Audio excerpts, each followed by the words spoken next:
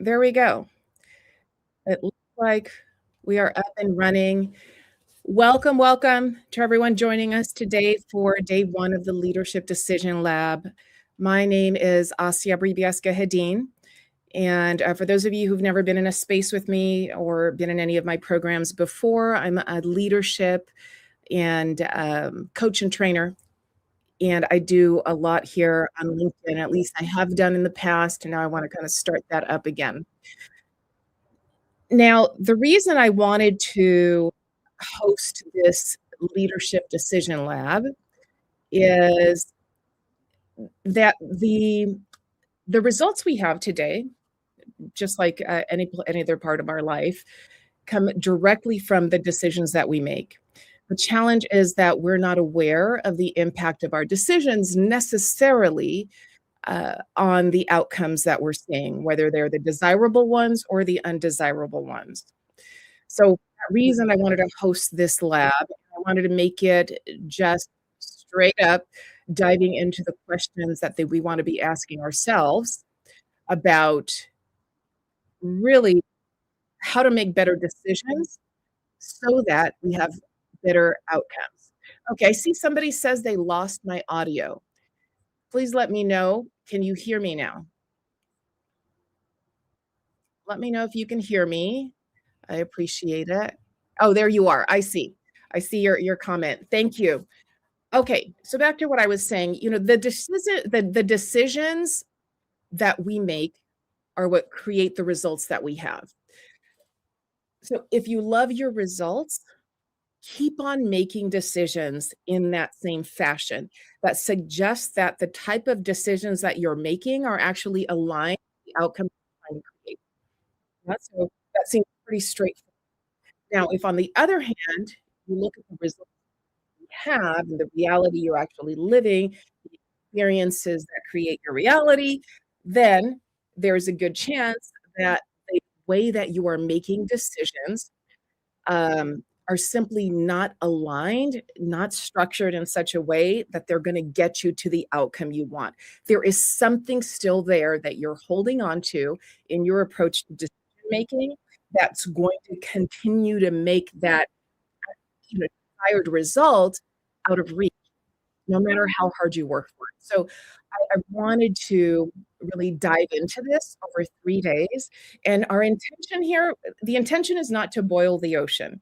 The intention is to walk away with awareness and understanding, because any sort of action or improvement, right, it's preceded by awareness. And that's really what we're aiming for. Again, not boiling the ocean, just kind of taking in the size and scope of it. Now, as we go, I'll do momentary stops to see if we have any burning questions, but I'm gonna move through this quickly because we're only together for 30 minutes, and at this point, we have 24 minutes left. Now, again, I talked about how decisions create your outcomes, but for this first day, I really wanted to focus on how decisions shape your credibility in the moments that count most. Most leadership challenges, they don't start with these huge blowups and failures. They start with little decisions that we make under pressure, right? When we're under the gun, when things are complicated and we're not sure how we're supposed to feel about something. Today is not about fixing it, it's about noticing what's already happening. A working lab, I'm gonna invite you to grab a notebook if you don't already have one, or open a window so you can take notes. You'll be thinking, you'll be writing. You don't need to share unless you want to. I do want you to share in the chat. Again, feel free to ask questions, and I will do my best to visit those. Now, there are a couple of ways that leaders make decisions, just to make this incredibly, right, straightforward for this type of conversation we're having here. One is intentional, and the other one, it feels intentional because it's protective, but it's actually a reactive decision. And I call this being above and below the strategic line. Above the strategic line, it means that the decisions you're making are being made with that kind of game, that bigger intention in mind. So consider that for a moment. Your decisions are aligned with the outcome you're actually trying to create. Very deliberate, very intentional. Okay, is there an issue with the audio, it sounds like? Issue with the audio?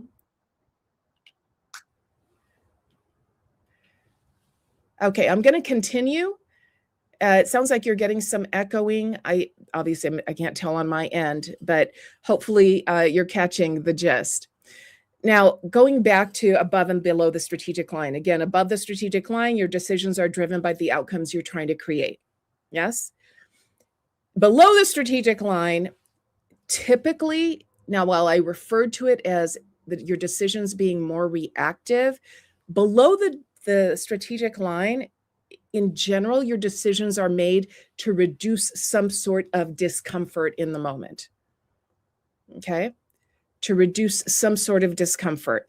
And here's why that's important, because both of those, they feel reasonable when you're making them, right? Whether you're making decisions aligned with the outcome you want, or whether you're making decisions in order to reduce some sort of discomfort that you don't.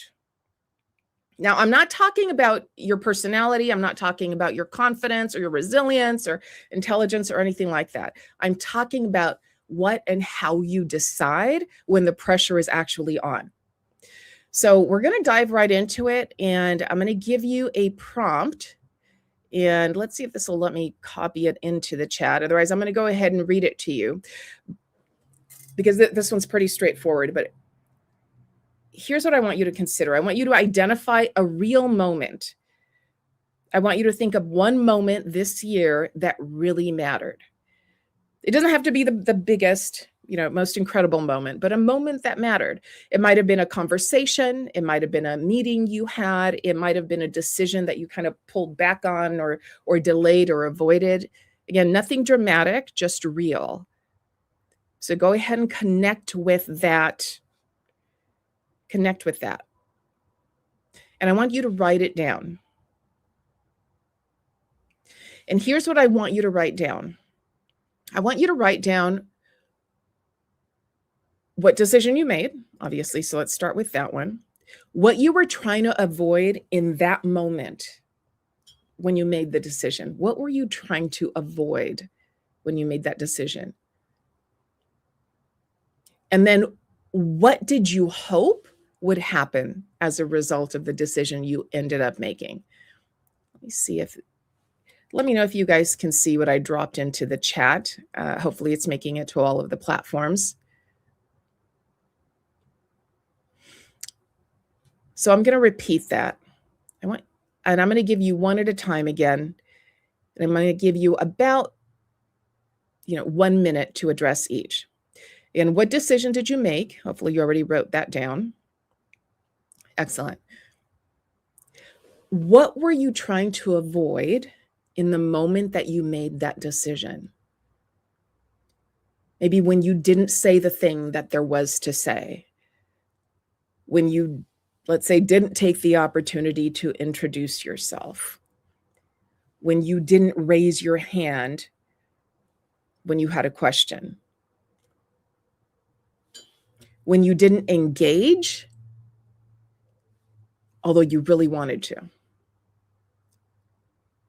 So what were you trying to avoid in that moment? When you smiled and pretended you liked the interaction or the outcome or the exchange that was underway, even though you actually hated it. What were you trying to avoid? I want you to write that down. Then I want you to consider, what is it that you hoped would happen as a result?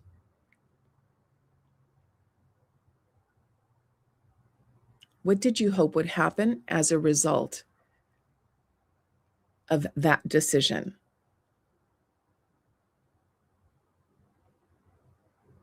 Did you hope things would just go more smoothly? Did you hope that, yeah, I see being embarrassed in the chat. Yep.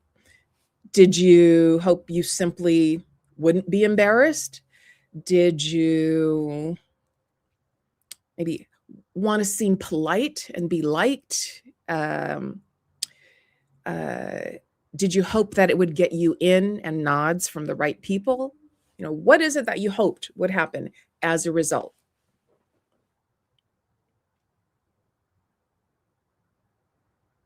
So you can continue to make notes on that one. So I want to talk about credibility because I really wanted to focus this first session on credibility. Credibility isn't built by one decision. Just like I said at the very beginning, that leadership setbacks or failures, they are not created by one tremendous blow up. Oh, I made this huge goof up and now my career is over. Although it feels that way at times, at this point, you've probably recognized that even that one big blow up is not career ending, depending on how you handle it. And we're actually going to address that on the third day. However, credibility, it's not built by one decision and it's not necessarily destroyed by one decision, but it is built up by patterns. People don't remember what you intended. Instead, they remember what you consistently decided, and they distinguish what you decided based on your actions, right? Based on what you're demonstrating. When decisions are repeatedly made and they're being made from below the line, from that protective space of either trying to guard your ego or, avoiding getting the crosshairs of somebody who you believe is trying to target you or someone who wants to take you down. When decisions are repeatedly made from that place of, ego protection or survival, your credibility erodes. And it doesn't happen all at once. It happens quietly over time. Every time you don't actually share or say what there is to say in an important meeting, and then someone else actually says it, they become the person that can be looked to have important conversations in important moments. Whereas others either maybe missed it or, in your case, didn't think it was necessary to share. So there's so many other examples I can give you, but I wanted to keep this really restrained and focused. When your decisions are repeatedly made with the intention of avoiding discomfort, your credibility and your impact diminish substantially. So just to orient you, the kind of decision work we're doing here, it's normally done inside like a structured environment, like the unshakable leader. Today, we're not solving anything. The value right now, it really is in just noticing the pattern clearly without trying to fix it. And I know that it's difficult to not try to fix it, but we're going to dive into the challenge of really exploring that pattern for yourself. Now, I want you to look at what you wrote. Look at what you wrote when you considered what decision you made, what you were trying to avoid, and what outcome you were hoping to create. And ask yourself, have I made versions of this same decision before, even though I didn't get the outcome I wanted? Have I made versions of this same decision before?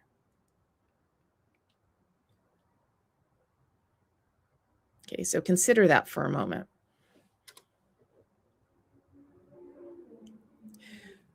I also want you to jot a couple of notes. And this one is probably going to be slightly more uncomfortable, but again, it's just between you and your reality. What do people learn about me every time I make this decision? What do people learn about me every time I make this decision?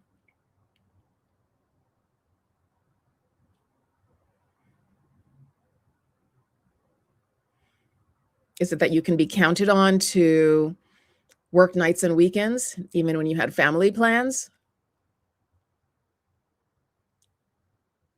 Is it that you can be counted on to always say what there is to say in a way that people can hear it? Is it that you can be counted on to overreact? Is it that you can be counted on to simply be the yes person and agree with whatever happens in the room? What signal does this send? Whether I mean for it to be sent or not, what signal are you sending?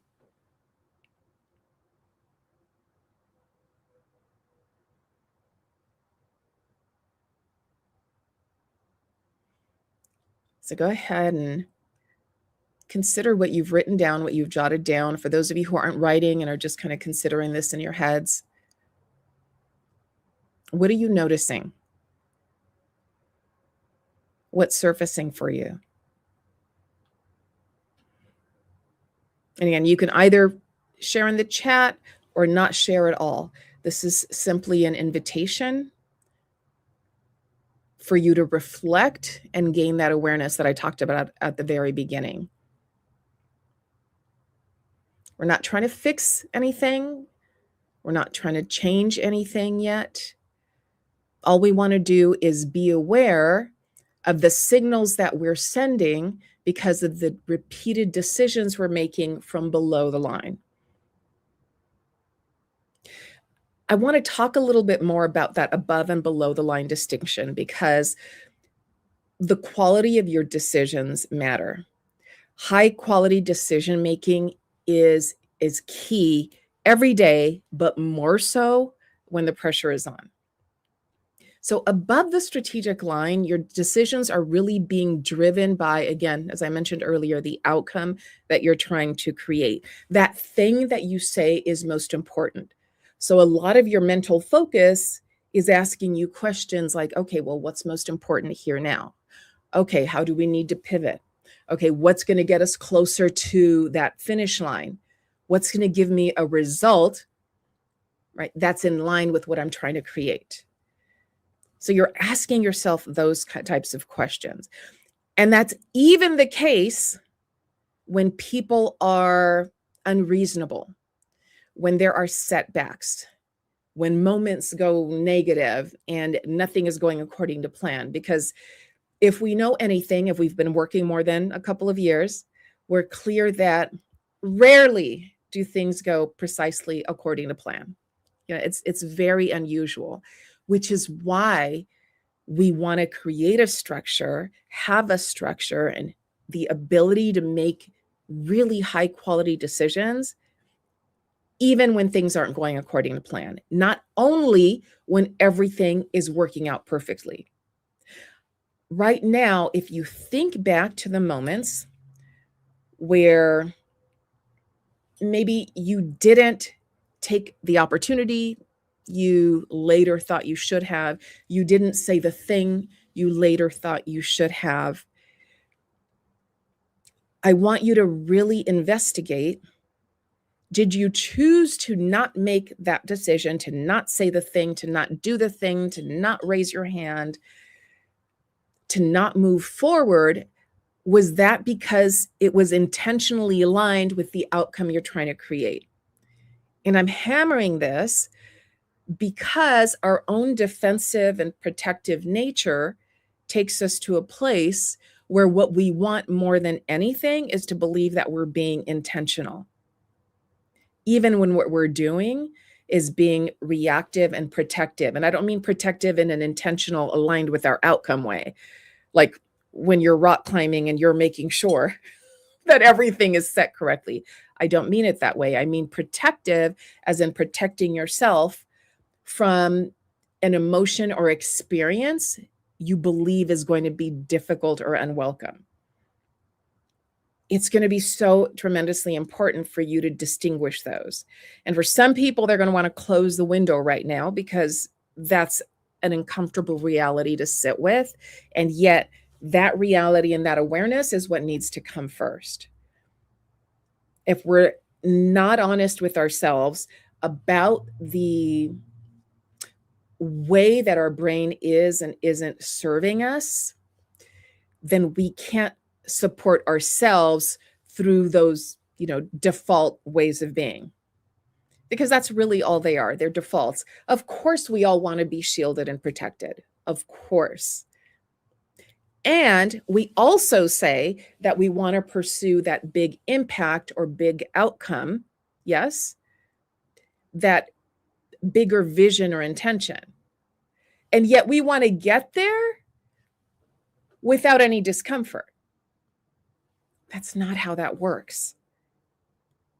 So we want to get good at allowing for that discomfort to be there and still being able to make decisions from above the line.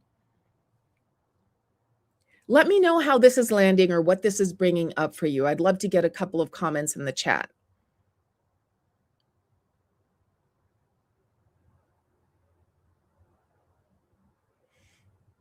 Okay, Suzanne, I see a comment here. I support boundaries for myself and others. I will speak up. So that is, I believe that was in response to probably what signal does this send? And that's excellent because, or perhaps you're being intentional about that's how you want it to be. Either way, that is a very clear message. And I love that you said that because I'm going to use that for just a couple of minutes to address. When you look back on your decisions, or better yet, when a complete stranger looks at your decisions and the outcomes you've created, would they say that you support boundaries for yourself and your team? Would they say that? Would they say that you are the person to come to when the pressure is on? Would they say that you were that strategist who can kind of take in the big picture, understand what's most important, and then get to the details? Or would they say you get stuck in the details and are uncomfortable with the bigger picture? That's where there's a lot more gray space. What would a stranger say when they see the decisions you make and the outcomes you create? Because that is what's shaping your credibility and what others believe you can be counted on for. So let's bring it in because we're going to go ahead and wrap up.